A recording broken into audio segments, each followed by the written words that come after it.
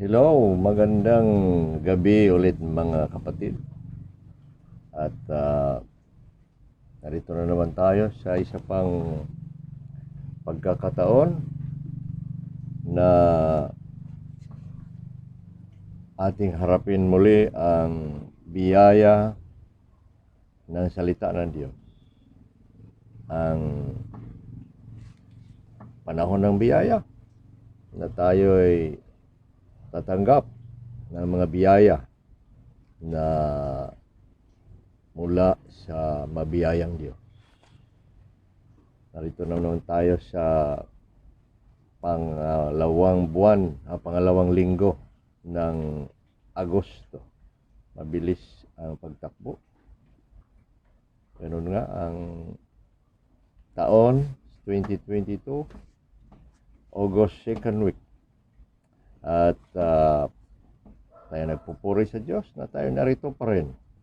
Nariyan kayo na sa patuloy na kumikilala sa Diyos, patuloy na naglilingkod sa Diyos. Tayo nagpapasalamat at nagpupuri na patuloy tayong ginagabayan, sinasamahan, pinapalakas. At sa panahong ito, sa araw na ito, biyayaan na naman tayo ng salita ng biyaya. Dalangin natin na tayo'y pagpalain sa isa na namang mensahe. Manalangin tayo. Aming makapangyarihang Diyos, aming Ama, ang Ama ng Panginoong Hesus Kristo. Kami ay nagpupuri, papasalamat sa inyong kadakilaan, kapangyarihan, sa inyong mga gawa sa aming buhay. Na patuloy kang matapat, patuloy kang gumagawa sa aming mga buhay upang patuloy namin kayong makikilala at paglingkuran. Samahan nyo kami ngayon sa isa pang yugto, isa pang panahon ng pangangaral ng inyong salita, isa pang panahon ng pakikinig, isa pang panahon ng pag-uunawa. Dalangin namin ang Espiritu, ang inyong Espiritu ng pag-unawa, ng kaunawaan ay magpaunawa sa amin sa mga bagay na aming tanggapin, sa mga bagay na aming pakinggan at unawain. Dalangin namin ito sa pangalan ni Kristo Jesus. Amen. Nakalipas na linggo, pinag-aralan natin ang mga bagay ukol sa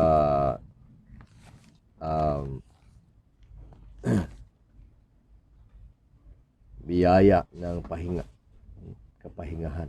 Naway patuloy tayong namamahinga sa Diyos, sa Kanyang pahinga na pangako, at hindi sa kabigatan at sa kapaguran sa buhay. Ngayon naman ay dadako tayo sa isa pang aral dito sa Galacia. Galacia Kapitulo 6. Basahin natin mga kapatid ang Galacia 6. Pag-aralan natin ngayon itong mga bunga ng paghahasik. Mga bunga ng paghahasik ng mga gawa. Ulitin natin, mga bunga ng paghahasik o pagtatanim ng mga gawa. Galacia 6, 7 hanggang 9. Ito ang sinasabi ng salita ng Diyos. Huwag kayong magpadaya. Ang Diyos ay hindi malilibak, sapagkat anuman ang inihahasik ng tao, ay yun din naman ang kanyang aanihin. Sapagkat siya na naghahasik sa kanyang laman ay mag-aani ng kasiraan mula sa laman. Subalit siya na naghahasik sa Espiritu ay mag-aani ng buhay na walang hanggan mula sa Espiritu. At huwag tayong mga papagod sa paggawa ng mabuti, sapagkat magsisipag-ani tayo sa takdang panahon, kung hindi tayo mga lulupaypay. Purihin ng Diyos sa kanyang salita. Ulitin natin mensahe natin ay ang mga bunga ng paghahasik ng mga gawa. Di ba natin nalalaman na ang ating mga gawa, mabuti man o masama, ay may katumbas na bunga o may katumbas na ibinubunga, resulta. Mga mabubuting gawa, may mabubuting ibubunga. Ang masasamang gawa, mayroon din namang katumbas na masasamang ibinubunga.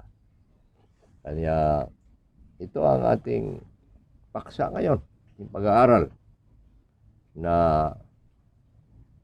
alamin natin na ang ating mga gawa ay isang paghahasik, at ito'y namumunga. Tingnan natin ang sinabi ni Pablo sa taga-Galacia. Yung si Pablo ay nagsasabi sa taga-Galacia sapagkat ang iglesia ng Galacia at ang kanilang mga gawa ay isa sa mga nagbibigay sakit ng damdamin at loob ni Pablo sa masasama nilang paniniwala at mga gawa dahil sa mga masasamang aral na tinanggap nila at parang itinapon nila, binago nila ang mga aral, lalo ng Ebanghelyo, at ito'y may katumbas na mga kabayaran sa kanilang buhay. Tingnan muna natin, una sa lahat itong babala, warnings, ang mga babala ng paghahasik ng mga gawa. Ang Apostol Pablo, sa gabay ng Espiritu, ay gumawa ng mga babala. He made warnings, he presented warnings, na itong paghahasik ng mga gawa ay mamumunga nga. Siya ay parang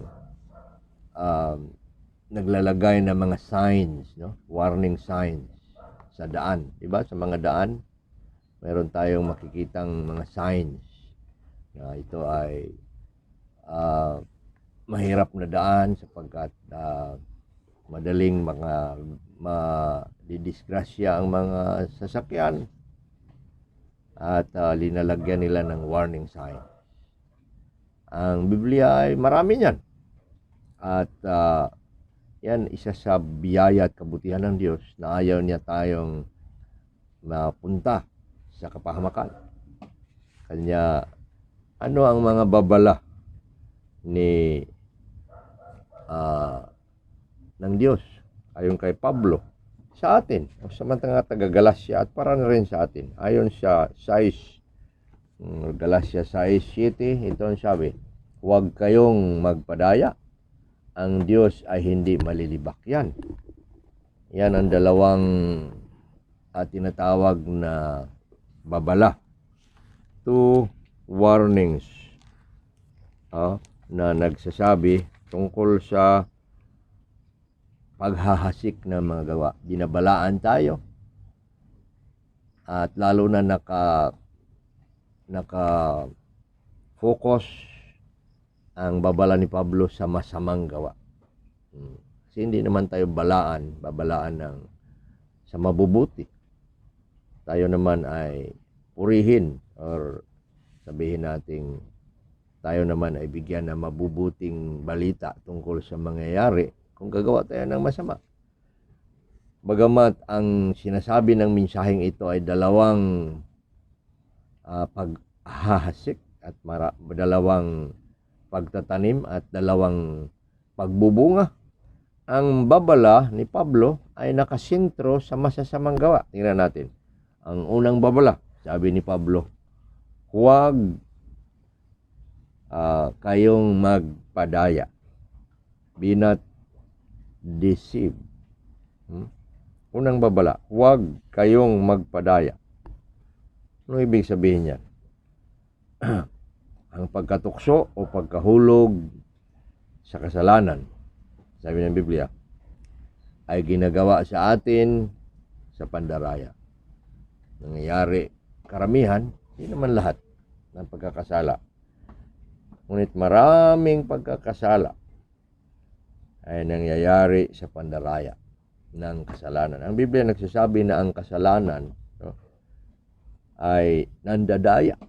Ang pagkatukso natin ay tayo dinadaya. Ayon sa Hebreo 3:13, ito ang sinabi, subalit tagubilinan ninyo ang isa't isa habang ito'y tinatawag pa na ngayon upang huwag pagmatigasin ang sinuman sa inyo sa pamamagitan ng pandaraya ng kasalanan. Ang kasalanan ay nandadaya sa pamamagitan ng masamang mga espiritu, sa pamamagitan ng dyablo. Tayo'y sinusulsulan, tayo'y dinadala sa tukso, dinadala pa ulit-ulit sa mga bagay na tayo'y madaling matukso, magkasala. Kaya ang tagapagsulat ng Hebreo nagbabala, nagsasabi na tayo daw ay magtatagubilinan, tayo daw ay magsasabi ng exhortations or encouragement sa bawat isa upang huwag tayong mahulog sa pandaraya ng kasalanan at tayo'y pagmatigasin. Ang kasalanan ay hindi lamang tayo ay dayain nito. At ang bunga pa, sabi ng tagasulat, tayo'y pagmatigasin. Nakakatakot. Kaya tayo binabalaan na huwag magpadaya sapagkat ang kasalanan ay mandaraya. Tayo'y dati nagkasala, tapos humingi ng tawad, nagsisisi tayo, balik na naman tayo, nahulog muli, sunod ganun pa rin. Tayo'y dinadaya. Nadadaya pa ba kung lagi na lang at tuloy-tuloy ganun pa rin ang ating ginagawa? Sa Efeso 5:6, ito naman ang sabi ni Pablo, huwag magpadaya sa mga walang kabuluhang mga salita. Sapagkat darating ang puot ng Diyos sa mga anak ng pagsuway. Tingnan nyo ang babala ni Pablo, huwag daw magpadaya sa mga walang kabuluhang mga salita. Nadadaya din tayo sa mga sinasabi, sa mga naririnig, sa mga bagay na hindi totoo, sa mga kasinungalingan, o sa mga bagay na walang mga kabuluhan. Narinig dito, narinig doon, mga bali-balita. At nasasangkot tayo sa mga bagay na hindi tama. At sabi ni Pablo, ang puot, ang galit ng Diyos ay naroon sa mga anak ng pagsuway. Kaya ang pagpakadaya na pagkahulog sa kasalanan ay nadadaya tayo. Huwag, sabi ng babala, binabalaan tayo. So una, ang paghahasik natin sa ating mga gawa, binabalaan tayo dahil mag-aani tayo, magbubunga ang ating mga ginagawa. Ayon naman sa 1 Corinto 15:33, ito ang sabi. 1 Corinthians 15:33, huwag kayong padaya, ganun din sinabi. Ang masasamang pakikisama ay sumisira ng magandang ugali. Ito naman ang babala ni Pablo na ang masasamang pakikisama, itong masasamang kaibigan, masasamang mga tao nating sinasamahan ay sumisira ng magandang ugali. So ganun din, babala sa masasamang gawa na nagbubunga ng kasamaan. Ang babalang ito ni Pablo sa Galatia 6 ay tungkol sa ating mga gawa, sa ating paghahasik, na tayo mag-ingat na hindi madaya sapagkat ang bawat panahon na tayo nadadaya sa kasalanan, nagbubunga ito ng mga bagay na gagawin ng Diyos sa atin. Pangalawang babala. Anong pangalawang babala ni Pablo? Ang Diyos ay hindi malilibak. Matapos siya gumawa ng unang babala, huwag magpadaya. Ang karugtong yan, ang Diyos ay hindi malilibak.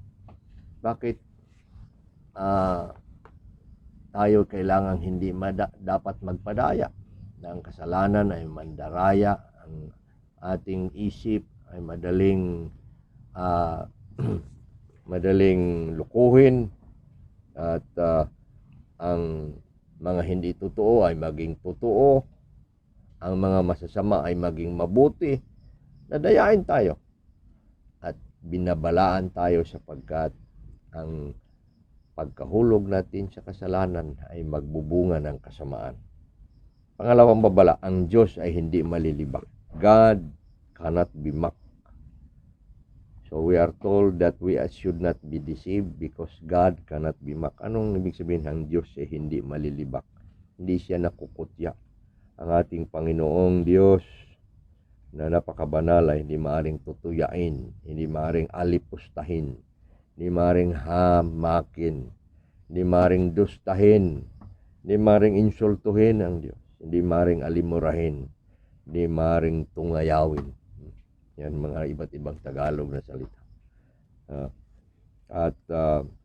Sapagkat siya ay Diyos, siya ay napakabanal. Ang Diyos ay dapat lang sambahin, pupurihin, bigyan ng pasalamat sa mga gawa niya sa atin. Atin siyang itataas. Hindi natin siya hamakin. Hindi natin siya dapat tutuyain, insultuhin. Hindi siya malilibak sa anumang pagkadaya, sa anumang kasalanan na tayo natukso, nahulog. Dahil tayo nadaya sa mga pandaraya ng kasalanan. Ang Diyos ay hindi maaring lukuhin. Kasi ang ating kasalanan laging nag-uugnay sa Diyos. Hindi naman libre tayong gagawa ng kahit ano at wala tayong pananagutan. Ibig sabihin dito, huwag tayong padaya sapagkat may Diyos na nakatingin. Hindi siya maaring hamakin. Ang ating gawa hahamak sa Diyos. Ang ating mga gawa ay sisira sa ating relasyon sa Diyos. Huwag tayong padaya. Ang Diyos ay hindi maaring dayain, hindi malilibak. Ang kautusan sa Exodus 27, the Ten Commandments, isa sa Ten Commandments sa pangatlo, huwag mong gamitin ang pangalan ng Panginoong Diyos sa walang kabuluhan. Thou shalt not take the name of the Lord in vain. Pag ginamit daw natin ang pangalan ng ang Panginoon sa walang kabuluhan, sabi ng Diyos, hindi daw tayo maaring hindi mapaparusahan. Babala yun. Babala na ang Diyos ay hindi nalilibak. Ang Diyos hindi maaring lukuhin. Sa bawat paggamit mo ng salita ng pangalan ng Diyos na walang kabuluhan, ikaw ay tatanggap ng bunga ng parusa ng Diyos. Kaya ang Diyos na banal hindi maaring lilibakin, hindi maaring hahamakin. Yan ang pangalawang babala. Bakit binigyan tayo ng babala? Bakit ang dalawang babala na ito ay ginawa ni Pablo? Sapagkat ang kasunod niyan, sabi sa 7, sapagkat anuman ang inihahasik ng tao ay yun din naman ang kanyang aanihin. Tingnan nyo. Sapagkat anuman ang inihahasik ng tao, yun din naman ang kanyang aanihin. Paghahasik, pag-aani.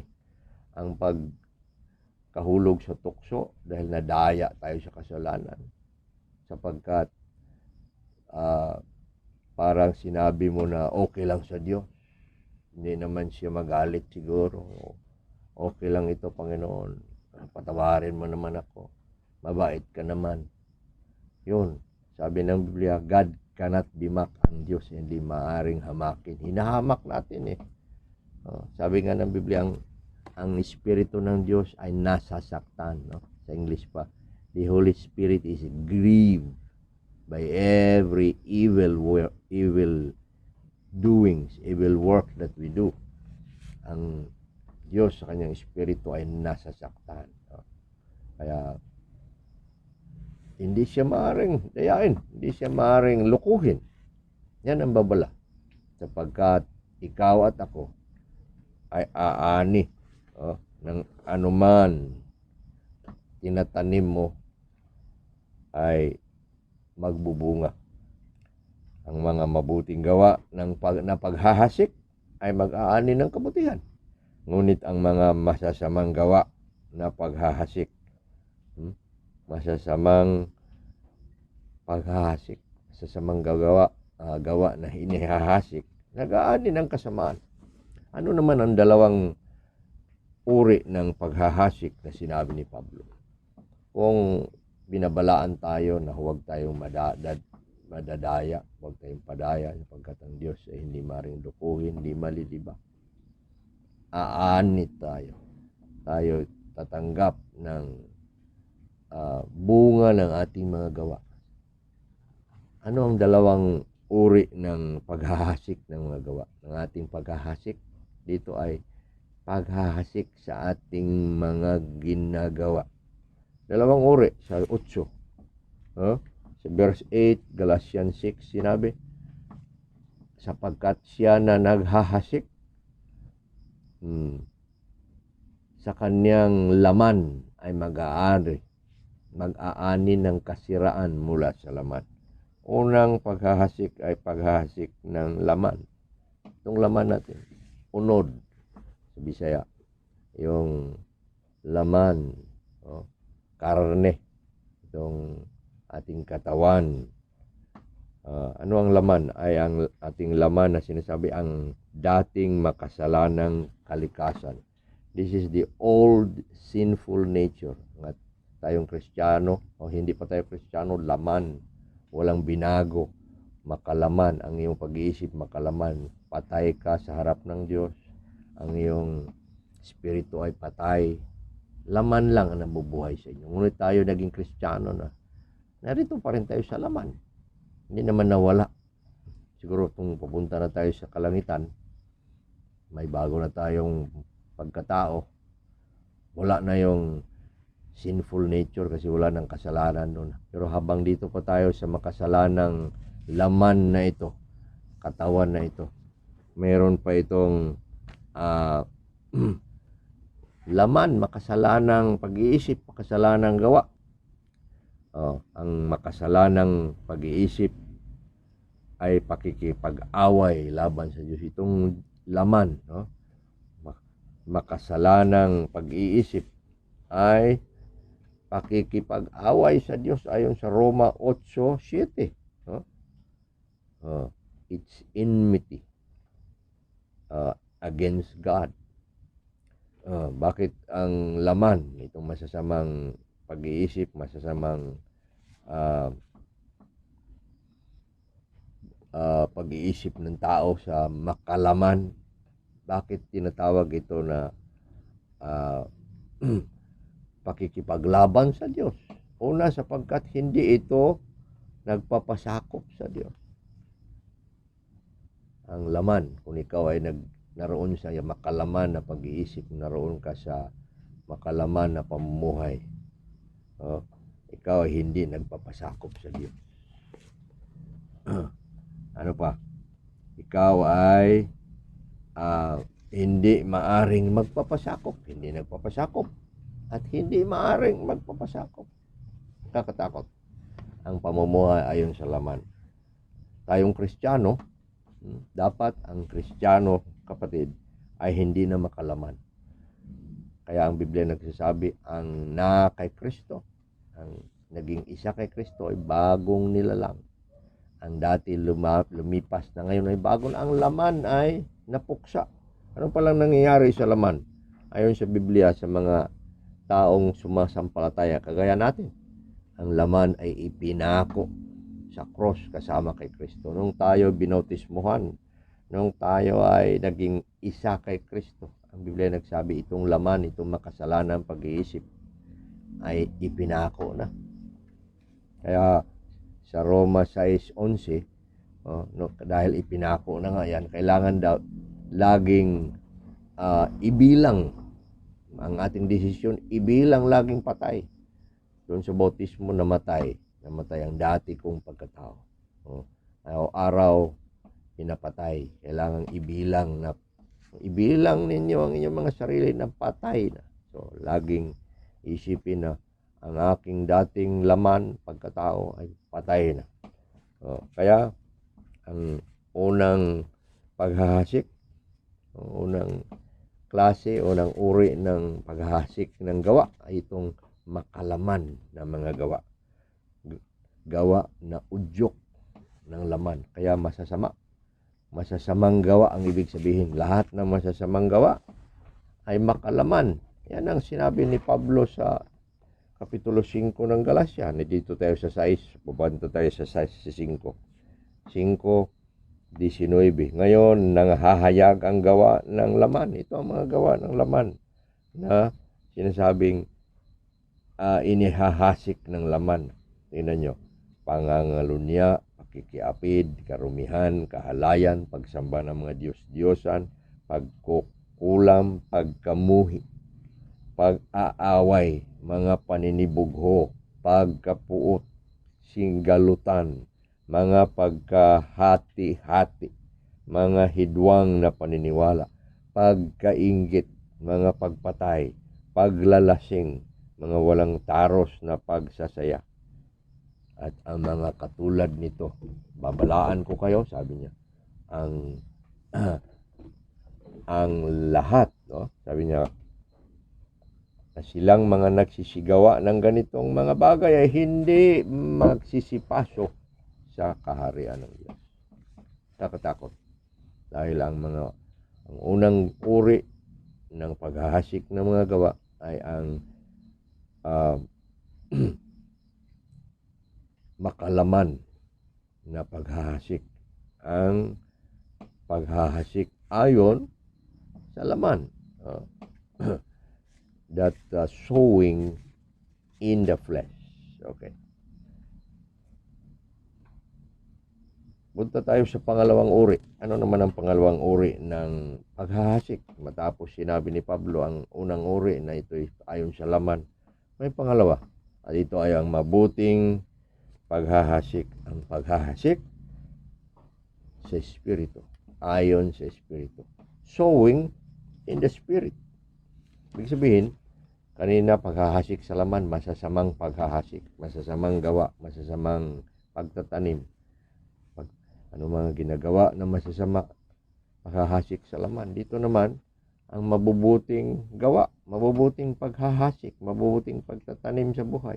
Ito yung paghahasik sa Espiritu. Bakit? Bakit sa Espiritu? Sapagkat ikaw at ako, nung Kristiyano na, ang Espiritu ng Diyos ay binigay sa atin. Naninirahan, siya ay nananahan sa atin. Kaya ang ating buhay ay ayon sa Espiritu. Lahat na ng galaw natin bilang Kristiyano ay ayon sa Espiritu. We are spiritual beings now. Our Christian life is a spiritual life. So, ang ating buhay Kristiyano ay maka-espiritu, spiritual life.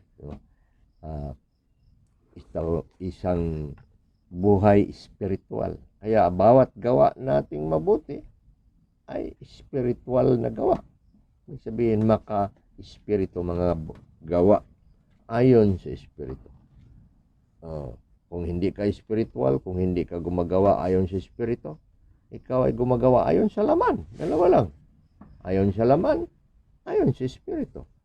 Ang utos ng Galacia 5:16, sabi ni Pablo, ang utos ng Galacia 5:16, ito ang sabi. Kaya nga, ang ibig kong sabihin sa inyo, magsisilakad kayo. ayon sa Espiritu. Walk. English pa simple. Walk in the Spirit. Ang Espiritu ay binigay, mananahan, araw-araw. Mayroon tayong coach, mayroon tayong guide. Lakad, lakad, lakad, tayo ayon sa Espiritu. Kaya ang ating mga gawa ay ayon sa Espiritu. Kung tayo hindi lalakad sa Espiritong ito, tayo mamumuhay ayon sa laman. Kaya mamumunga rin tayo sa mga gawa ng laman na ating so ang gawa ng laman ay magbubunga ng laman. Babalik muna tayo kunti doon. Ang paghahasik ayon sa laman ay magbubunga ng laman. Kasiraan. Kasiraan mga kapatid. Ang pagbubunga ng ating mga gawa na inihahasik sa alaman, magbubunga ng makalaman na pamumunga at tinatawag ito ni Pablo na kasiraan. Nung ating binasa kaninang mga raming mga uri ng kasalanan, mabunga ng laman yun, kasiraan. At ang pinakamasamang kasiraan na tatanggapin ng tao ay ang hindi pagpasok sa kaharian ng Diyos. Ito tinatawag na kamatayan. Sa Roma 8:13 sinabi, kung mamumuhay tayo ayon sa laman, ay mamamatay tayo. Tingnan nyo, ang sabi ni Pablo sa Roma 8:7, ang pamumuhay ayon sa laman ay kamatayan, no? Sapagkat ang makalaman na pag-iisip ay kamatayan. Kamatayan, pagkahiwalay sa Diyos ng walang hanggan. Ngunit tayong Kristiyano na pinananahanan ng Espiritu ng Diyos, hindi na dapat makalaman. Kaya laging binabalik-balik ni Pablo yan sa kanyang mga sulat. Huwag na pagbigyan ang laman. Huwag na mamumuhay ayon sa laman. Kaya ang utos dito, ang babala, huwag padaya sa laman. Sapagkat mamumunga ng kasiraan. Kaya ang pangalawang uri ng paghahasik ay paghahasik sa Espiritu. At ang paghahasik sa Espiritu ay pamumuhay ayon sa Espiritu. Pamumuhay ng mabuti. Kaya pamumuhay ayon sa Espiritu. Ang pamumuhay sa Espiritu, namumunga rin ng mga bunga ng Espiritu. Kung tayo'y sumusunod, gumagalaw ayon sa Espiritu, namumunga ng mga bagay, ng mga bunga ng Espiritu. Kaya ang sinabi ng Galatia 5:20, no? Ano ang mga bunga ng Espiritu? Pag-ibig, kagalakan, kapayapaan, pagtitiis, kaputihan, kagandahang loob, kahinahunan, pananalig o pananampalataya, pagpipigil sa sarili. Ito ang mga bunga ng lakad natin sa Espiritu.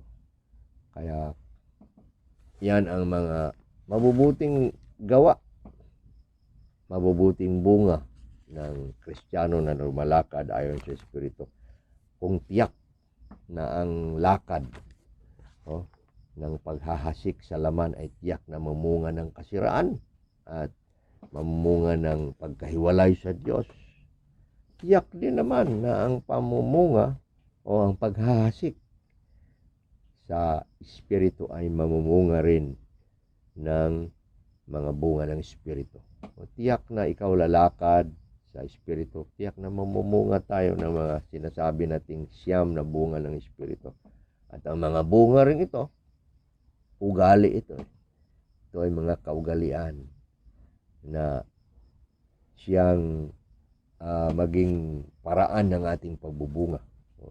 Tayo yung magbubunga ng pag-ibig, tayo merong bunga ng Espiritu ng pag-ibig.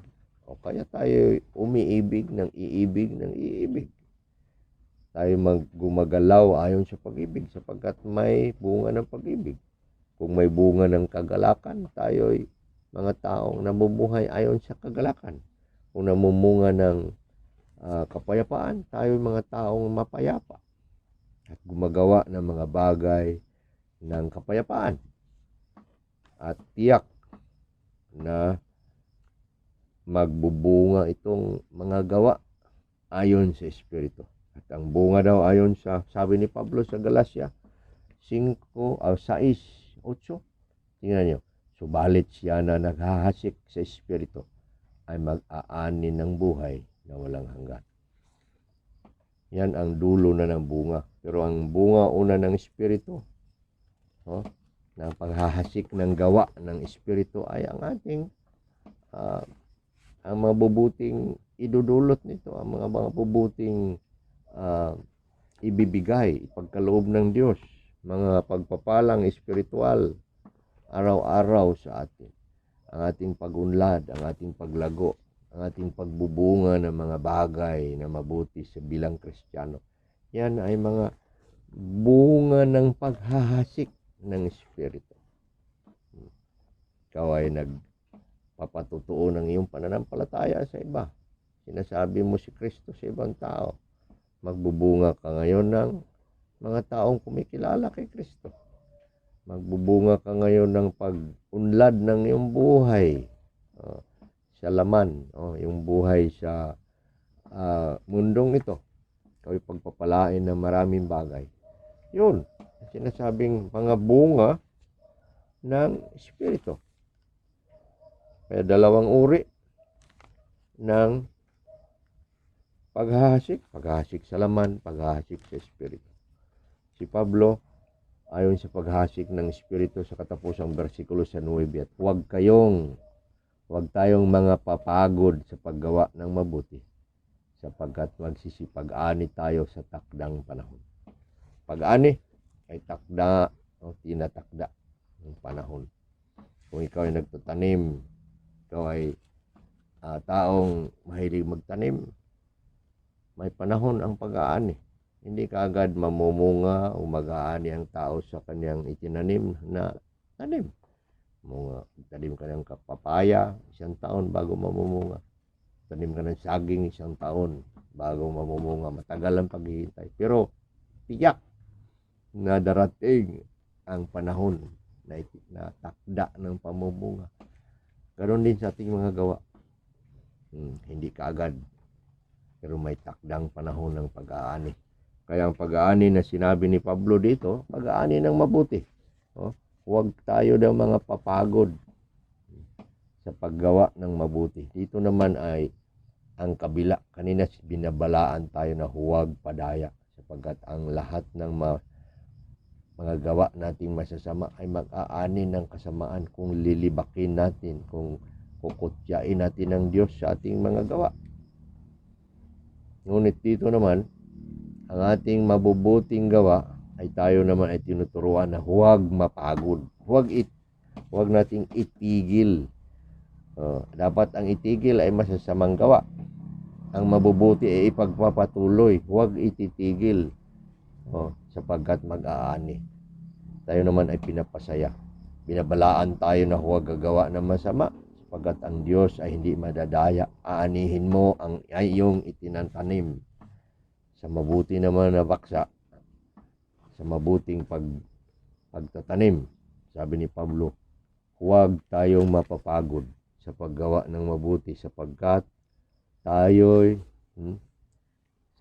magsisipag-ani tayo sa takdang panahon. Yan ang kabutihan ng isang masayang salita sa paggawa ng mabuti. Huwag natin kalimutan ang dalawang paraan ng paghahasik. Paghahasik sa laman, binabalaan na huwag tayong madaya. Ang Diyos ay hindi malilibak. Tiyak na aani ng kasiraan, aani ng parusa, aani ng masamang mga pag-aani. Darating ang panahon ng paghihirap, darating ang panahon ng karamdaman, darating ang panahon ng masasamang pag-aani. Ngunit sa kabila naman, ang ating paglakad, ang ating pamumuhay ayon sa Espiritu, mamumunga ng mga bagay ayon sa Espiritu. At tayo'y inuudyukan, tayo'y sinasabihan, tayo'y pinapasaya ni Pablo dito na huwag tayong mapapagod sa mabubuting gawa. Sa paggawa ng mabuti, aani tayo. Ito mga kapatid, ang ating aral ngayon ay ang mga bunga ng paghahasik ng mga gawa ay hindi mababago na katotohanan. Ito isang parang batas, it's like a law, no? Batas na araw-araw yan nariyan. Ano mang gawa nating ginagawa ay paghahasik sama-sama sa laman. Paghasik sa laman, magbubunga ng kasiraan. Ang mga gawa na mabuti, paghahasik sa espiritu, magbubunga ng kabutihan sa atin. Sa takdang panahon, aanit tayo. At ito'y tiyak nating mararanasan. Kalooban ng Diyos na hindi tayo padaya sa kasalanan. Hindi tayo padaya sa masasamang gawa ng laman. Alamin na natin ang ating laman, ang ating pagkatao. Alamin natin ang ating mga kasalanan, ang mga bagay na tayo natutukso. Huwag na tayong padaya. Huwag nang padaya. Ang Diyos ay hindi maaaring lukuhin. Paparusahan tayo sa bawat makalaman na gawa. Ngunit sa kabila naman, tayo'y inanyayahan ng Diyos. Huwag tayong mapagod sa mga mabubuting gawa. Aani rin tayo ng mabubuti. Tayo'y gagantimpalaan. Hindi sa langit, dito muna sa lupa. Gantimpalaan tayo ng mabuting buhay. Gantimpalaan tayo bilang mabuting Kristiyano. Gantimpalaan tayo bilang mabuting kapatid. Bilang mabuting asawa. Bilang mabuting anak. Bilang mabuting at masunuring tao. Ito ang mensahe natin sa araw na ito, naway ang Diyos ay patuloy na mangungusap sa atin sa linggong ito na huwag tayong padaya sa mandalaya na kasalanan sa laman o sa ating laman, sapagkat ang Diyos ay nagtitingin sa atin na hindi maaaring hamakin dahil sa ating makasalanang pag-iisip. Ating pihitin at doon tayo sa mga gawa ng Espiritu. At makinig tayo sa Espiritu ng Diyos. At lalakad tayo kasama ng Espiritu ng Diyos sa araw-araw. Walk in the Spirit. Lakad sa Espiritu. Paggawa ng mabuti. Paggawa ng mga bagay na nagbibigay luwalhati sa Diyos. Manalangin tayo. Purihin ka man namin Diyos sa inyong salita, sa inyong kapangyarihan, sa inyong biyaya. Dalangin namin na turuan nyo kami na karoon patuloy na karunungan upang hindi kami madadaya sa mga bagay na nagdadala sa amin ng kasalanan at paghahasik ng kasamaan. Bigyan nyo kami ng talino na pagsisihan ang lahat ng bagay. Ayon sa aming unang aral, ang linisin nyo kami sa lahat ng bagay na nakapagpaparumi sa amin, sa espiritu at sa katawan. At tulungan nyo kaming lalakad sa paraan ng inyong espiritu araw-araw upang kami magbubunga ng mga bagay lamang sa paghahasik ng espiritu. Magbubunga kami ng mga bagay sa espiritu. Purihin ang inyong dakilang pangalan sa salita nyo na pinagkaloob nyo sa amin sa pangalan ni Kristo Jesus. Amen. Salamat mga kapatid. Sa sunod na linggo o biyernes, live tayo sa ating communion. At sa isa pang linggo yata, yun na ang anniversary. Naway, desire ko sana na makasama kayo. Na tinatawag na live doon, hindi lang live, pero malayo tayo. Ay, sa espiritu na lang tayo magsasama. At naway pinagpapala kayo hanggang sa sunod. Tayo nagpapaalam.